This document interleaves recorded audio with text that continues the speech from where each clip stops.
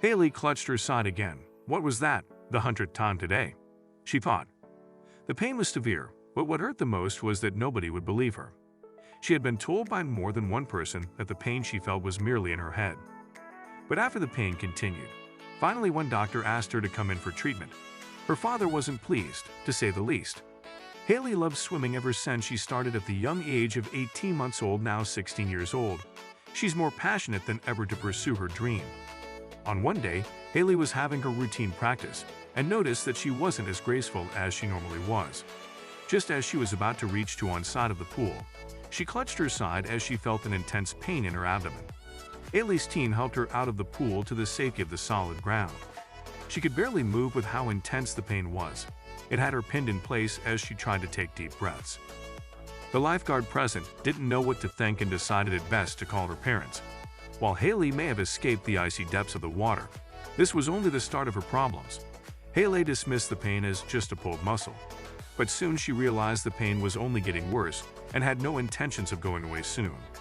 Haley's parents, Beth and Brian, dismissed her complaints as they knew it wasn't uncommon for swimmers to feel discomfort in their bodies from time to time. But it was in the middle of that night that Haley woke up from the pain with a sudden shriek. The pain that Haley felt paralyzed her. It wasn't just the pain in her side anymore, but now she couldn't even get out of bed. Her parents woke up from her screams and rushed to her room. They switched on the lights and Haley wheezed. It's hard to breathe. Brian and Beth were concerned for their daughter and lost for words. They took their daughter's complaints more seriously now. Maybe she'd really hurt herself this time. As they looked at the terrified expression Haley was making, she could barely do anything except lie down in pain. In the morning that followed, Haley needed help getting dressed and they took her to hospital. They would never forget what the doctors would tell them once they looked at Haley. Beth and Brian silently sat in the waiting room while the doctor ran tests. Oddly enough, they didn't ask much about Haley and her symptoms. They seemed to already think they knew what was going on. Haley's parents felt that that was at least good news. If the doctors were confident, then so were they. But no one expected the test results to leave them scratching their heads. The results showed that Haley was completely fine. According to the doctors, the scan results also showed no bruising or damage of any kind where she was feeling the pain. They told her that she must have just worked a bit too hard at the pool and that she should stop swimming for a bit. Haley couldn't believe what she was hearing. She wouldn't leave until they gave her a proper explanation. "You must have missed something. The pain is unbearable." Haley cried out, trying to hold back her tears. The doctor looked at their chart again and just repeated what he'd already told her.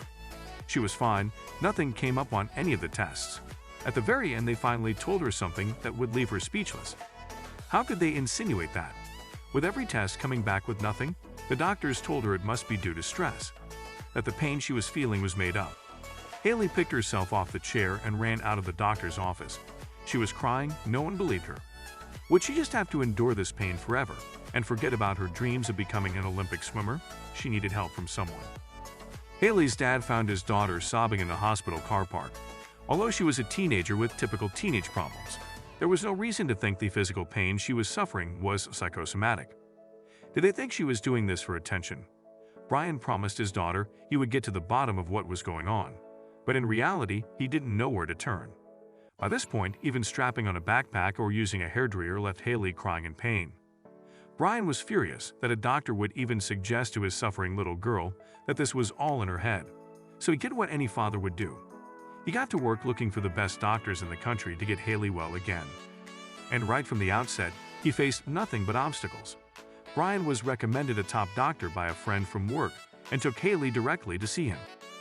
But despite a more thorough analysis, he more or less echoed the findings of the first doctor. Nothing was coming up on the scans, therefore there's nothing wrong with her. The desperate father couldn't bear to watch his daughter in agony anymore and vowed to do whatever it takes to get her back to her normal life. Then Beth discovered a promising lead. Haley's mom, Beth, had been desperately scrolling through medical websites looking for some kind of explanation, but nothing useful was coming up. It took the best part of the year until she discovered the work of Dr. Lisa McMahon, who had had a personal experience that would prove pertinent to Haley's case. But would they be able to get an appointment? It was just really hard as a parent to watch your kid be in pain and not be able to do anything about it, said Brian. But when we took her to the Phoenix Children's Hospital in Arizona, things started to look hopeful. Dr. McMahon welcomed Haley warmly when she arrived at the hospital and said she could see that what she was going through was really tough. Haley smiled for the first time in months. Finally, someone understood. But could she help her?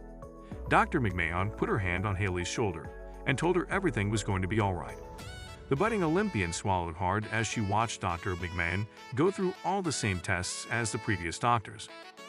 But when they sat down to look at the results, Dr. McMahon was more confident than the others as she explained her diagnosis. She was sure she had found what every previous doctor had missed. Dr. McMahon explained that Haley was suffering from a rare condition known as slipping rib, meaning the cartilage surrounding her lower ribcage wasn't staying fixed where it should be and was causing her pain. The doctor was able to quickly diagnose Haley's condition and recommend the correct treatment. But the reason why she was able to detect it so fast is quite a coincidence. Dr. McMahon had suffered from the condition herself when she was Haley's age. The symptoms Haley described led her to investigate something that any other doctor would have overlooked. The rare condition is caused by cartilage from the lower ribs slipping, which causes the sufferer pain in their chest or upper abdomen. It usually occurs in middle-aged people.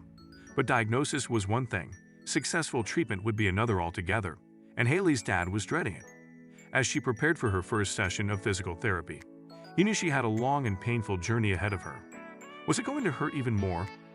Would it eventually take her pain away? Would she ever be able to swim again? Fortunately for the youngster, the treatment went a long way to rectifying the problem, and she can now live without every movement causing her to wince in pain.